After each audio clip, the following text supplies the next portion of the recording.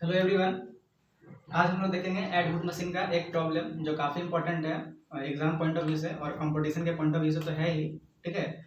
और इसमें बहुत से बच्चे क्या है फंस जाते हैं, इसको कैसे सॉल्व करना है। ठीक है, बहुत इजी है और बहुत इजी ही मेथड है। ठीक है, तो देखते हैं क्या होगा, कैसे सॉल्व करते हैं। ओके, तो यहाँ पे क्या है क्वेश्चन हमारा, है ना। आप क्वेश्चन पढ़ रहे होंगे।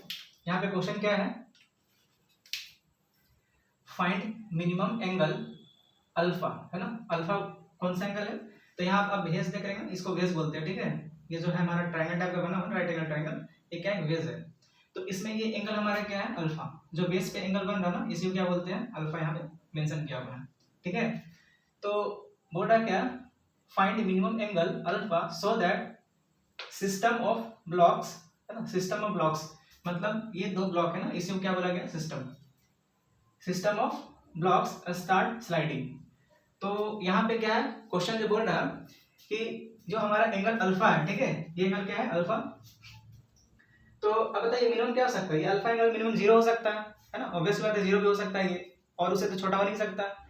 तो ये एंगल जीरो होगा। अब बताइए, अब इसको जीरो कर देंगे, ये मतलब जो हमारा स्लोप दिख रहा है ना, ये स्लोप, तो ये स्लोप को हम यदि जीरो कर देते हैं तो ये क्या कभी स्लाइड करेगा, है ना, स्लाइड तो नहीं करेगा।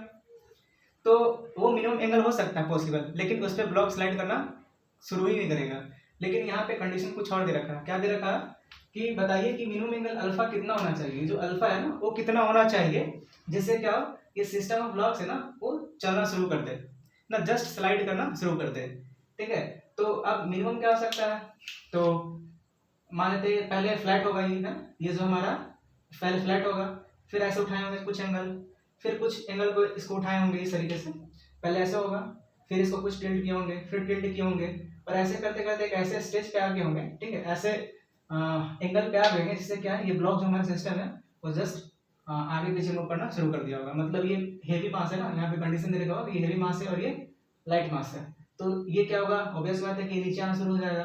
तो अब ये नीचे आएगा तो ये स्ट्रिंग है ना, इनएक्सटेंसिबल स्ट्रिंग है, और ये फुल्ली मासलेस है। ठीक है, तो ये नीचे आना शुरू कर देगा तो ये ऊपर आना शुरू हो जाएगा।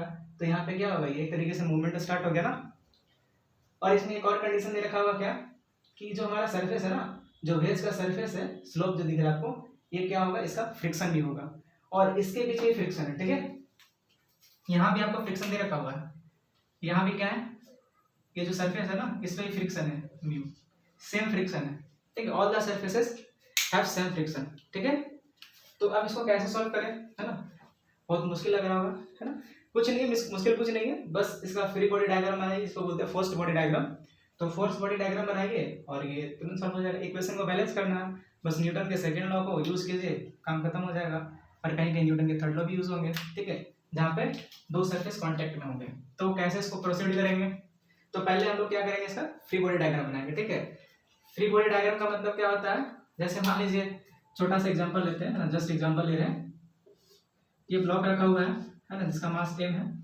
तो इससे, और मान लेते हैं हम इधर से क्या करें, ये कोई पर्सन है ना, ये कोई पर्सन है इस तरीके से, है ना, खड़ा है, और इसको क्या करेंगे, सॉरी डायग्राम अच्छे से नहीं बन पा रहा। मान लीजिए कोई पर्सन है इस तरीके से, और इसे क्या कर रहा है, धक्का मार रहा है ना, इस तरीके से धक्का मार रहा है, इसको धक्का मारा होगा, धक्का मारा तो क्या होगा, ये आगे मूव करेगा ना। तो आगे मूव करेगा तो इस पे कौन सा फोर्स लगेगा, तो इसको फ्री बॉडी डायग्राम बनाने क्या करेंगे, एक तो ग्रेविटी होगा, ये दिमाग इसके पास है तो ऑब्वियस बात है कि इसको अर्थ जो अपने साइड अट्रैक्ट कर रहा होगा, अपने साइड, ठीक है, अपने तरफ। तो यहाँ पे क्या हो जाएगा, mass into acceleration due to gravity. अब ये सरफेस है, तो सरफेस भी तो ऊपर लगा रहा होगा ना कुछ वेट, कुछ ना कुछ नॉर्मल रिएक्शन लगा रहा होगा। तो यहाँ पे क्या हो जाएगा, नॉर्मल रिएक्शन, जिसको हम लोग एन से इंडिकेट करेंगे। अब ये आदमी फोर्स लगा रहा होगा तो ये फोर्स इधर ही लगा रहा होगा, मान लेते ये एक्सटर्नल फोर्स है। ठीक है, अब यहाँ पे आगे जा रहा होगा ब्लो, तो इसको अपोज करने के लिए कांटेक्ट पे तो कुछ फोर्स होगा ना, जिसको हम लोग फ्रिक्शन फोर्स बोलते हैं। तो फ्रिक्शन फोर्स जो ग्राउंड है, जो फ्लोर है, वो ब्लॉक पे क्या लगाएगा, इसको अपोज करने के लिए पीछे की साइड लगा देगा फ्रिक्शन फोर्स। और डिपेंड करता है कि यदि ये मूव कर रहा होगा तो काइनेटिक लगेगा, और जस्ट मूव करना स्टार्ट करेगा तो लिमिटिंग फ्रिक्शन, इसको बोलते हैं कि हम लोग काइनेटिक फ्रिक्शन लगेगा, काइनेटिक सॉरी स्टैटिक नहीं, लिमिटिंग फ्रिक्शन लगेगा, ठीक है। तो ये हमारा एग्जांपल है फ्री बॉडी डायग्राम का। तो ठीक इसी तरह जो है यहाँ भी फ्री बॉडी डायग्राम बनाएंगे, कैसे बनता है देखते हैं। तो अब देखते हैं ना, इसको हम इरेज कर देते हैं, ठीक है, यहाँ पे इरेज कर देंगे क्योंकि स्पेस कम है, तो आपको थोड़ा मैनेज करना होगा, है ना, इसके लिए आई एम रियली सॉरी। अब देखिए यहाँ पे क्या होगा, रेड पेंसिल बनाते हैं ना, तो ये मास है, तो इस पे क्या होगा, ग्रेविटी एक्ट करेगा इस तरीके से, m2 इंटू जी। अब इसका एक कंपोनेंट क्या हो जाएगा, अलोंग द प्लेन होगा और एक परपेंडिकुलर प्लेन होगा, तो ये हमारा क्या हो जाएगा, इस तरीके से लगेगा। ये एंगल अल्फा है तो ये भी एंगल अल्फा होता है, ठीक है। आप अभी मान लीजिए कि ऐसा होता ही है, इसको सेपरेट वीडियो में बता दें कैसे प्रोजेक्शन लेते हैं, एंगल को कैसे ब्रेक करते हैं। तो m2z और ये क्या होगा, इसका एक बेस कंपोनेंट है, तो ये क्या हो जाएगा cos अल्फा, और इधर का भी एक एंगल होगा, सॉरी फोर्स होगा, जिसका कंपोनेंट हम लोग इस तरीके से लिख सकते हैं, ठीक है। यहाँ पे क्या हो जाएगा m2z sin अल्फा, ठीक है, इसका बन गया।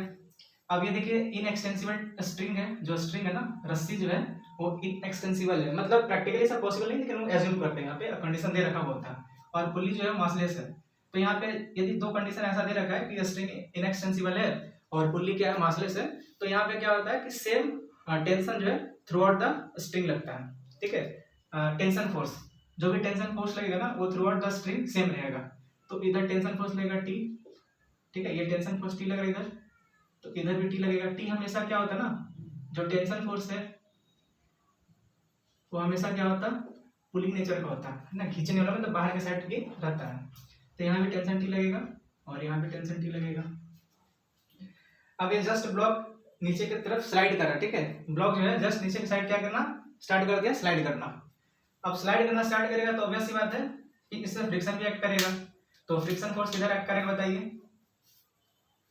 अब ये नीचे आएगा तो फ्रिक्शन फोर्स क्या करेगा, इसको अपोज करने के लिए आगे की साइड लगा देगा, और ये F1 मान लेते हैं, सॉरी F2 मान लेते हैं इसको, हाँ।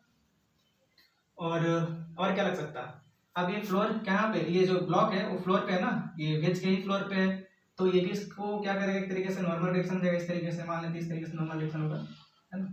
ऑब्वियस बात है कि इसके सेंटर पे ही लगता है, सेंटर पे मतलब लगता है अभी इस पोजीशन में सेंटर पे ही लगेगा, लेकिन ऐसा जरूरी है कि नॉर्मल फोर्स हमेशा सेंटर पे लगे, वो शिफ्ट होता है, ये टॉपिंग में पढ़ेंगे अब तो, ठीक है। तो यहाँ पे क्या मान लेते हैं इसको n2। और ये बताइए, ये जब नीचे आएगा तो ये ऊपर जाएगा, है ना, ये जब नीचे आएगा तो ये ब्लॉक ऊपर जाएगा कि नहीं जाएगा, जाएगा। अब ये ब्लॉक ऊपर जाएगा तो इससे फ्रिक्शन फोर्स भी तो लगेगा ना, इन दोनों का भी कांटेक्ट है, तो इन दोनों का कांटेक्ट करने के क्या होगा, ये आगे जाएगा तो इस पे फ्रिक्शन फोर्स इधर लगेगा। अब इस पे लगेगा तो फिर ये क्या होता है, न्यूटन के थर्ड लॉ को फॉलो करता है, जितना भी कांटेक्ट फोर्स होते हैं ना वो न्यूटन के थर्ड लॉ को ही फॉलो करते हैं। तो जब ये इसके कारण फ्रिक्शन इस पे लगेगा, जब इसका मूवमेंट आगे तरफ होगा तो फ्रिक्शन किधर लगेगा, इस पे जो फ्रिक्शन है ना वो इधर लगेगा, ठीक है, ये क्योंकि आगे तरफ मूव करेगा, तो फ्रिक्शन मानते हैं F1 है, ठीक है। तो इस पे भी तो फ्रिक्शन लगेगा, और ये फ्रिक्शन क्या हो जाएगा यहाँ पे F1, सेम कॉन्टेक्ट सरफेस का जो है, दोनों का जो कॉन्टेक्ट सरफेस सेम ही है ना, कॉन्टेक्ट सरफेस बेसिकली अलग है, लेकिन जो मैग्नीट्यूड ऑफ फ्रिक्शन फोर्स होगा ना दोनों पे सेम लगेगा, ठीक है। इसको हटाकर यहाँ कर देते हैं, प्लीज मैनेज इट, स्पेस का मेरे को थोड़ा आपको मैनेज करना होगा, ठीक है। अब चलिए यहाँ पे तो इस ब्लॉक का काम हो गया, अब नीचे का ब्लॉक खत्म हो गया, ठीक है, इसका सारा प्रोजेक्शन वगैरह जितना भी फोर्सेस का हम लोग ले लिए। अब ऊपर का देखते हैं क्या हो सकता है। तो ऊपर का तो एक देख रहे हैं कि टेंशन फोर्स आगे की साइड लग रहा है, इस पे भी तो ग्रेविटी लगेगा ना, ग्रेविटी इस पे तो लगता है, तो ग्रेविटी क्या हो जाएगा, मास m1 इंटू जी। अब इसका प्रोजेक्शन कीजिए सेम जैसा इस पे लग रहा था, तो इसका एक फोर्स इधर आ जाएगा, तो m1 जी कोस अल्फा, ऑब्वियस बात ये एंगल क्या होगा, अल्फा ही होगा, और एक फोर्स इधर लगेगा m1 जी साइन अल्फा। और हाँ ये भी देखिए, ये ब्लॉक पे ये भी तो ये जो बड़ा वाला ब्लॉक है उस पे ये छोटा वाला ब्लॉक भी तो रखा हुआ ना, तो छोटा वाला ब्लॉक क्या करेगा, वो भी तो पुश करेगा ना, वो भी तो नॉर्मल डायरेक्शन लगाएगा। अब उसमें नॉर्मल डायरेक्शन रहेगा तो ऑब्वियस बात है कि सॉरी, तो नीचे का ब्लॉक जो है वो भी ऊपर के साइड क्या करेगा, नॉर्मल डायरेक्शन लगाएगा किस पे, ब्लॉक M1 पे। तो इस पे भी नॉर्मल डायरेक्शन लगेगा ऊपर के साइड, N1 मान लेते हैं, है ना। इसमें N2 मान लेते हैं तो इसमें N1 मान लेते हैं। तो ये सरफेस पे भी लगाएगा इधर के साइड, इस पे भी लगेगा, इस सरफेस पे लगेगा इधर N1, और कोई फोर्स नहीं है, ठीक है। तो अब देखते हैं इसको सेपरेटली बनाते हैं। तो फॉर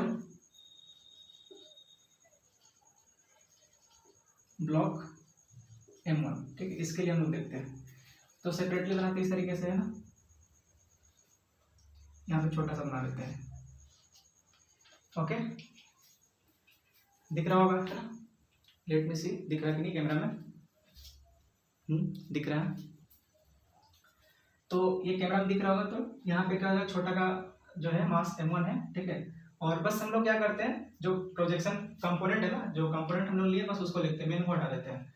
तो यहाँ पे देखिए एक्स इधर के डायरेक्शन में क्या है, M1G sine theta sine alpha, और F1 है ना, और इधर T है, और कुछ तो है नहीं। तो इधर क्या हो जाएगा हमारा, T हो जाएगा, और क्या है, हाँ ब्लॉक के परपेंडिकुलर क्या है, ब्लॉक के परपेंडिकुलर M1G कोस अल्फा है ना, ब्लॉक के परपेंडिकुलर M1G कोस अल्फा, और इसके टेंशन के जस्ट अपोजिट क्या हो जाएगा, इधर जो है दो फोर्स है, कौन सा फोर्स है बताइए आप।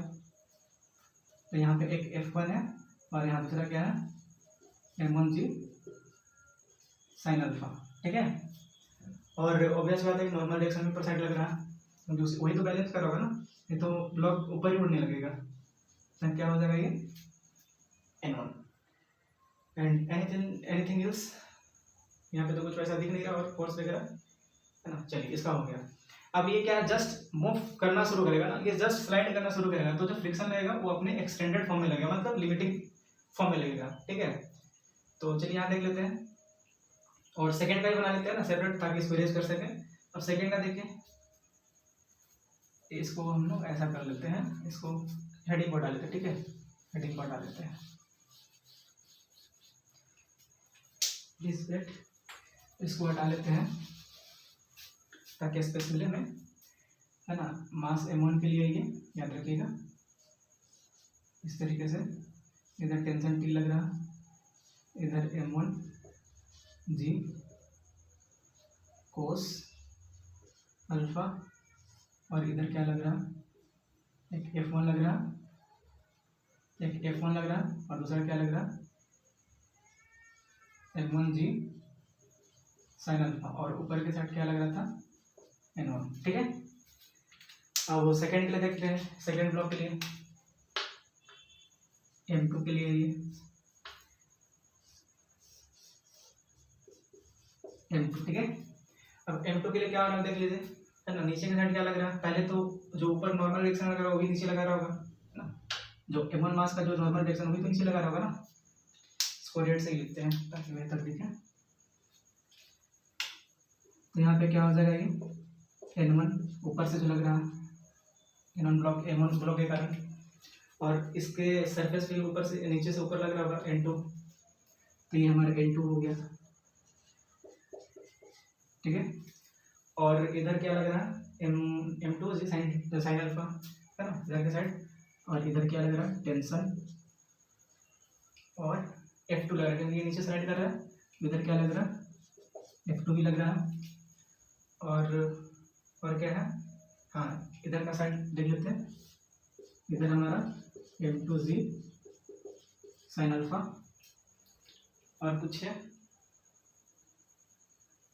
इधर का हो गया कंपोनेंट, इधर का एक हो गया, और तो कोई है नहीं, इधर टेंशन है, फ्रिक्शन है, ऊपर से नॉर्मल लग रहा है, नीचे से एक नॉर्मल लग रहा है, और हाँ MG कोस थीटा तो छोड़ ही दिया ना, और इधर क्या लग रहा है, MG cos theta cos alpha, sorry ये जो कंपोनेंट है ना इसका, along perpendicular plane of paper या plane of waves, ठीक है।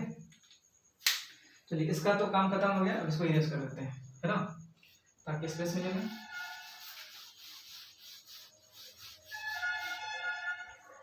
अब देखिए पहले के लिए यूज करते हैं ना न्यूटन्स के सेकंड लॉ को और थर्ड लॉ को यूज करते हैं। तो ब्लॉक यदि मूव नहीं करा, ठीक है, ग्रीन से ब्लू से लिखते हैं ना, तो यूजिंग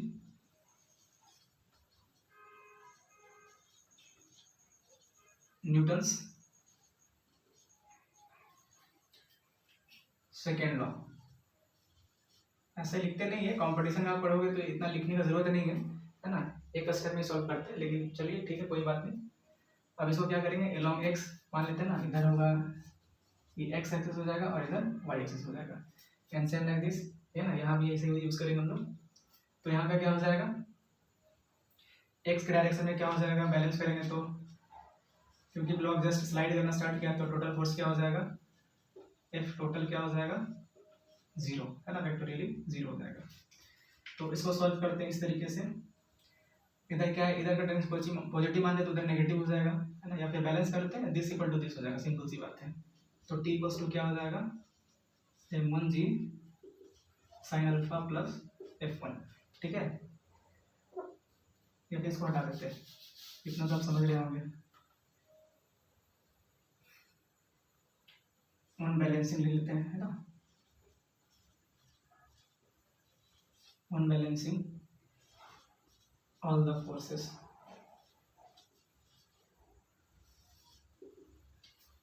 तो यहाँ पे क्या हो जाएगा, t इक्वल्स टू दिस, तभी तो ये जस्ट स्लाइड करना स्टार्ट करेगा ना, t equals to f1 plus m1g sin alpha, ठीक है,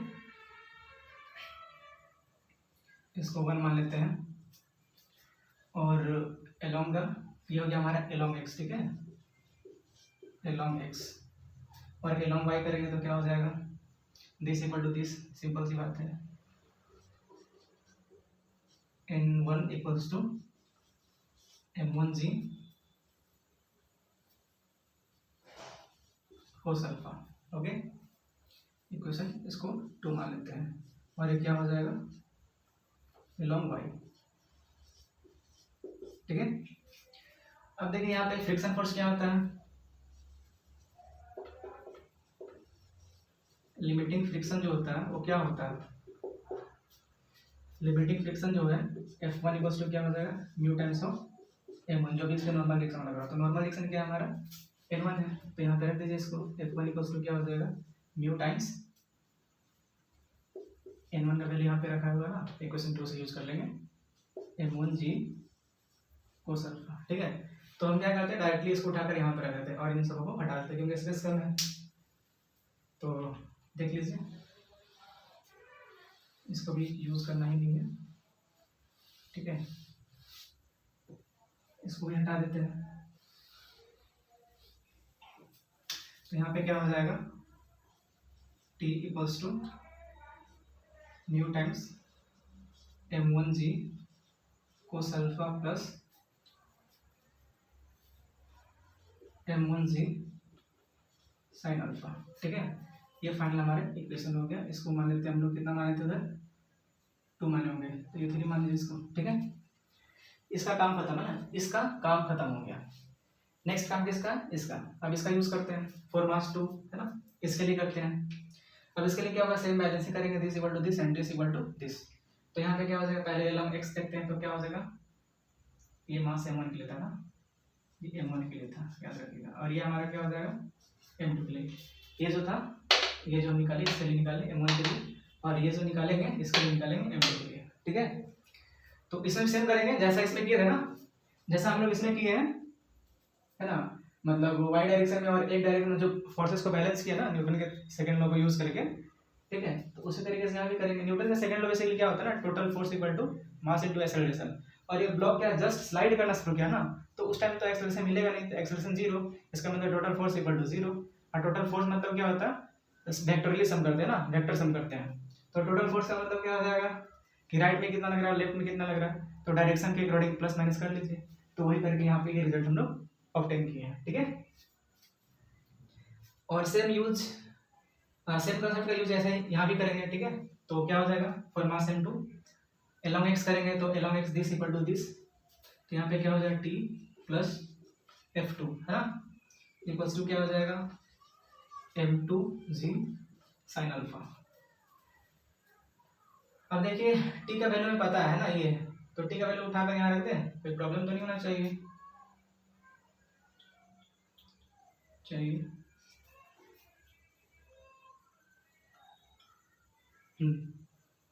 ठीक है, टी का वैल्यू उठाकर यहाँ रख देते हैं, तो टी का वैल्यू क्या हो जाएगा हमारा, mu m1g cos alpha plus m1g sine alpha equals to m2g sine alpha. Okay, sorry यहाँ पे एक f भी तो है ना, f2 भी तो है, तो f2 equals to m2g sine alpha. Okay, अब देखिए इसको बैलेंस करते हैं, है ना, इन सबों को बैलेंस करते हैं। इसको इक्वेशन अभी आप फोर्थ दे दीजिए, ठीक है। अब एलोंग y के साइड करते हैं बैलेंस को, बैलेंसिंग करते हैं, दिस इक्वल टू दिस हो जाएगा, तो ये अपवर्ड है, ये दोनों डाउनवर्ड है, n2 और m2g साइन कोस अल्फा जो है वो डाउनवर्ड है, और n2 क्या है, अपवर्ड है, तो this equal to this plus this, है ना, तो क्या हो जाएगा, यहाँ पे करते हैं and n1 plus n2g cos alpha equals to n2, और n1 का वैल्यू हम लोग निकाल रखे थे ऑलरेडी, ठीक है, दिस इक्वल टू दिस, तो n1 के प्लेस पे क्या रख देंगे, सिंपली m1g कोस अल्फा। तो यहाँ पे क्या हो जाएगा, इसको हटा देते हैं और डायरेक्टली क्या कर देते हैं, m1g कोस अल्फा, ठीक है। अब यहाँ पे देखिए एक फ्रिक्शन है ना, तो फ्रिक्शन भी तो ऐसा ही निकालेंगे जैसे इसमें निकाले थे। फ्रिक्शन क्या होता है, क्योंकि यहाँ पे जस्ट स्लाइड करना शुरू करेगा, ये जो ब्लॉक है ना, ये जो हमारा ब्लॉक है ये जस्ट स्लाइड करना शुरू करेगा, मतलब यहाँ था ना, तो ये जस्ट स्लाइड करेगा शुरू। अब जस्ट स्लाइड शुरू करेगा तो उस टाइम क्या होगा, ये अपने लिमिटिंग वैल्यू पे होगा, f2 जो होगा क्या होगा, अपने लिमिटिंग वैल्यू पे होगा। तो लिमिटिंग वैल्यू का मतलब क्या होगा कि वो जो उसका मैक्सिमम वैल्यू होता है वो अपना होल्ड करेगा उस टाइम, ठीक है। तो मैक्सिमम वैल्यू क्या था फ्रिक्शन का, म्यू इनटू नॉर्मल रिएक्शन, जो नॉर्मल रिएक्शन फोर्स लग रहा है, जो भी नॉर्मल रिएक्शन हुआ इस बॉडी का, तो नॉर्मल रिएक्शन इसमें क्या है, n2 ही तो है ना, जो उसका जो इस तरीके से सरफेस था, है ना, तो नॉर्मल रिएक्शन मतलब क्या है, ये जो सरफेस जिस पे रखा हुआ वो कितना इसे फोर्स लगा रहा, ये तो n2 है ना, तो ये हमारा n2 है, तो फ्रिक्शन फोर्स क्या हो जाएगा, सो F2 इक्वल टू क्या हो जाएगा बताइए, तो म्यू टाइम्स, क्योंकि सबका सरफेस का जो फ्रिक्शन कोफिशिएंट था सेम था म्यू, यहाँ पे क्या हो जाएगा n2, और इसी को क्या करेंगे, इसका वैल्यू उठाकर यहाँ रख देंगे, तो mu times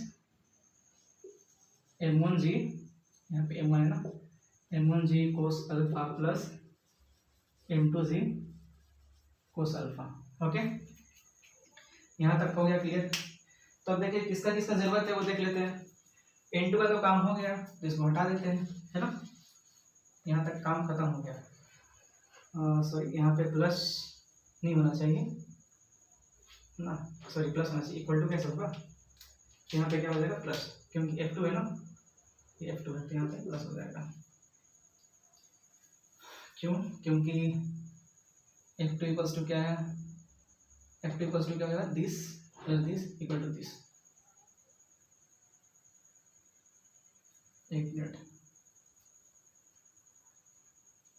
F2 equals to क्या हो जाएगा, हाँ ये हो गया हमारा, ये इक्वेशन इंपॉर्टेंट है, यहाँ रखना है, और ये इक्वल टू क्या करेंगे, mu times of F2 equal to क्या हो जाएगा, म्यू टाइम्स ऑफ n2 हो जाएगा, सॉरी ठीक है, यहाँ पे इक्वल टू ही होगा, और n2 का वैल्यू क्या होगा हम लोग निकाले अभी, है ना, दिस प्लस दिस, और इसका वैल्यू n1 का वैल्यू क्या था ये, तो this plus this equal two into mu times होगा, ठीक है, सही है, ठीक है, यहाँ तक सही है, तो म्यू टाइम्स हो जाएगा दिस। अब देखिए F2 का तो यूज़ करना ही है यहाँ पे, तभी तो हम अल्फा वैल्यू निकालें, क्योंकि सारा नॉन है, m1 नॉन है और म्यू भी नॉन है, जी भी पता है, हमें सारा कुछ पता है, बस अल्फा ही तो नहीं पता ना, तो अल्फा का तो वैल्यू पूछ रहा है कितना होना चाहिए मिनिमम, ताकि ब्लॉक जो है सिस्टम ऑफ ब्लॉक्स क्या होगा, स्लाइड कर सके, ठीक है। तो अब इसको हम लोग क्या करते हैं, इसमें उठा कर रख देते हैं, इसी में उठा कर इसको रख देते हैं, तो यहाँ पे क्या हो जाएगा, mu times m1g cos alpha m1g sine alpha plus, इसको उठाकर डायरेक्ट इस पर रख देते हैं, तो क्या हो जाएगा, mu times m1g cos alpha m2g cos alpha, ठीक है। अब बाकी इसको इसे रख देते हैं, तो इसका काम तो खत्म हो गया, इसको हटा देते हैं, ठीक है, इस ब्लॉक का भी काम खत्म है, इसको भी हटा देते हैं, इन सब कोई काम नहीं है। ठीक है। आई थिंक ऊपर का भी कोई काम नहीं है, सारा यूज़ तो कर लिए हम लोग।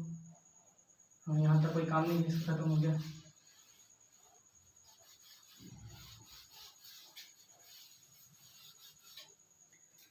चलिए, तो क्या हो जाएगा, तो बस इसमें सारा तो पता ही हमें। इसके बराबर क्या हो जाएगा ये, क्योंकि दिस इक्वल टू दिस था ना, तो इसको बराबर कर देते हैं m2z साइन अल्फा। अब इसका भी काम खत्म हो गया, इसको भी हटा देते हैं, है ना? जिसका यूज नहीं है उसको क्यों रखना, ये तो प्राकृतिक का नियम है ना। आप यदि धरती के बोझ बन जाओगे तो आपको भी धरती उठा लेगा, है ना। इसीलिए कोशिश करिए धरती का बोझ ना बने, है ना। कुछ काम करते रहिए, कुछ सीखते रहिए। जब धरती पे आए तो कुछ सीखने के लिए आए ना, तो आप कुछ सीखते रहें।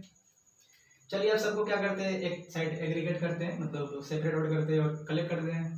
तो यहाँ पे क्या हो सकता है, आप m1 देखिए, m1g कहाँ पे है, m1g यहाँ पे है, m1g यहाँ पे है।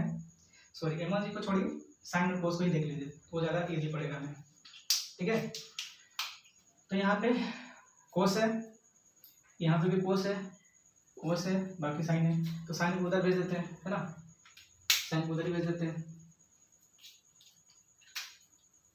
तो यहाँ पे क्या हो जाएगा, म्यू m1g कोस अल्फा, और यहाँ से निकालते हैं mu m1g cos alpha, and this one also will be included. Mu times हो जाएगा, ये भी है ना, म्यू टाइम्स हो जाएगा, mu times m2g cos alpha, और तो नहीं, एक है तो तीन है, ठीक है। इसको राइट साइड भेजते हैं ना, इसको इधर भेज देते हैं। तो क्या हो जाएगा, m2g साइन अल्फा माइनस क्या हो जाएगा, m1g sine alpha, nothing elements have been left here.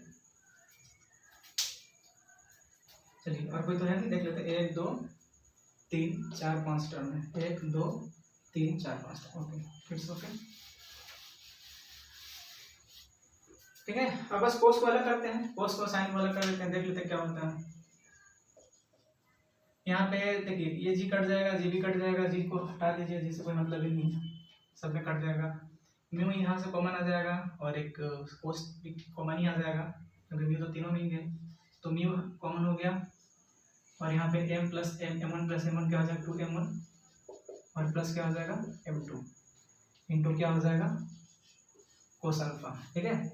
यहाँ पे क्या हो जाएगा, m1 minus sorry m2 minus m1 sine alpha, ठीक है। अब इसको इधर ले आते हैं और इसको नीचे लेकर आते हैं ना, इसको उधर लेके चले जाएंगे, मतलब इंटू में ना, तो उधर जाएगा तो क्या डिवीजन हो जाएगा, और ये क्या है, इंटू में तो डिवीजन हो जाएगा। बस रीअरेंज करेगा, कुछ नहीं करे। Sine alpha by cos alpha equals to क्या हो जाएगा, mu times twice of m1 plus m2 upon m2 minus m1। Sine by cos हम लोग बचपन से ही क्या है, परिचित है, ये टर्म्स है, ये ट्रिग्नोमेट्रिक फॉर्म्स है। तो क्या होता है ये, tan alpha equals to mu 2 times m1 plus m2 upon m1 minus m2 minus m1, ठीक है। tan को उधर लेकर चले जाइए, तो ऊपर हमें कुछ हटाना पड़ेगा।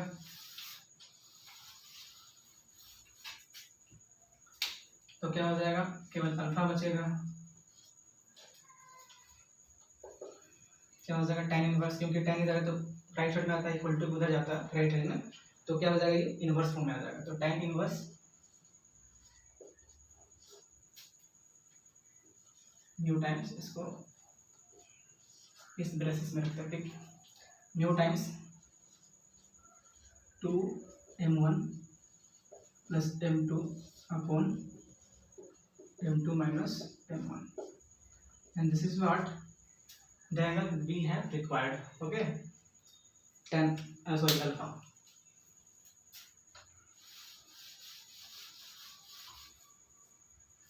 अब देखिए यहाँ पे क्या है, अल्फा, यहाँ पे आपको पहले कंडीशन दे रखा होगा कि m2 is greater than m1, तो ऑब्वियस बात है कि पॉजिटिव होगा, और ऊपर जो पॉजिटिव है तो ओवरऑल क्या होगा, टर्म ही पॉजिटिव हो जाएगा, ठीक है। ये ओवरऑल टर्म क्या होगा, पॉजिटिव, और पॉजिटिव होगा तो ये ज्यादा बड़ा पॉजिटिव नहीं होगा, मतलब लगभग 1 के आसपास में ही होगा, ठीक है। और 1 के आसपास में होगा तो इसका मतलब क्या होगा tan 45 जानते ही आप, या फिर आप एग्जांपल ले ले, इसको 2 ले ले और इसको 1 ले ले, तो क्या हो जाएगा 1 हो जाएगा। यहाँ पे क्या हो जाएगा, पर म्यू तो हमेशा लेस देन 1 ही होता है, म्यू का वैल्यू हमेशा क्या होगा 1 से छोटा होगा, ठीक है। तो मान लेते हैं 0.5 ले लेते हैं इसको, ठीक है, 0.5 लेते हैं, क्या हो जाएगा और 1 + 2 अपन 1 हो जाएगा। तो यहाँ पे क्या हो जाएगा, केवल बचेगा 3, 2 + 2 सॉरी 4 हो जाएगा, और 4 × 5 4 × 0.5 कितना हो जाएगा 2 हो जाएगा, है ना, 2 हो जाएगा। और 2 बेसिकली क्या है, रेडियन में आ रहा है ना, ये रेडियन 2 रेडियन है, तो ये एंगल तो है नहीं ना, रेडियन है, तो इसका वैल्यू बेसिकली मतलब 45 के थोड़ा बहुत आगे पीछे होगा, ठीक है, इस तरीके से। मतलब जस्ट एग्जांपल लिए, ये एग्जैक्ट वैल्यू नहीं है, आपको बस तो वेरिएबल के टर्म में ही निकालना था, ठीक है। तो यहाँ पे क्या हो जाएगा, यहाँ पे जो अल्फा होगा वही हमारा क्या होगा minimum angle, therefore minimum angle of alpha equals to क्या हो जाएगा tan inverse twice of mu m1 into mu times of m2 upon m1 minus m2 minus m1, ठीक है। ये हमारा इक्वेशन हो जाएगा, ये हमें रिक्वायर्ड था, और यही क्वेश्चन पूछा गया था, क्या होगा मिनिमम एंगल, जिससे क्या होगा ब्लॉक स्लाइड करना शुरू कर देगा, ठीक है। तो इस तरीके से हम लोग कैलकुलेशन करते हैं, है ना। ये तो मतलब ऑडियो स्टेप को जंप कर सकते हैं, लेकिन क्या करना है कि हम लोग को थोड़ा सा डिटेल में जानना था, ठीक है, कैसे कैसे स्टेप्स पे पहुंचते हैं हम लोग, किस तरीके से स्टेप को सॉल्व करते हैं, ठीक है। तो बस इस तरीके से था, ठीक है। देखिए वीडियो अच्छा लगा तो मतलब किसी और को भी शेयर कीजिए, ताकि कोई और भी सीख ले इससे, ठीक है, आपके फ्रेंड या कलीग्स जो भी है वो भी सीख सके इस वीडियो से, ठीक है। और देखेंगे नेक्स्ट वीडियो में क्या क्या टॉपिक ला सकते हैं, ऐसे छोटा छोटा भी वीडियो मतलब रिकॉर्ड करके और सोच रहे हैं डालने के लिए, ठीक है। तो होप आपको पसंद आया होगा, और कहीं भी मिस्टेक लगे तो please figure out and comment me in comment box, ठीक है, then I can resolve that problem. Thank you.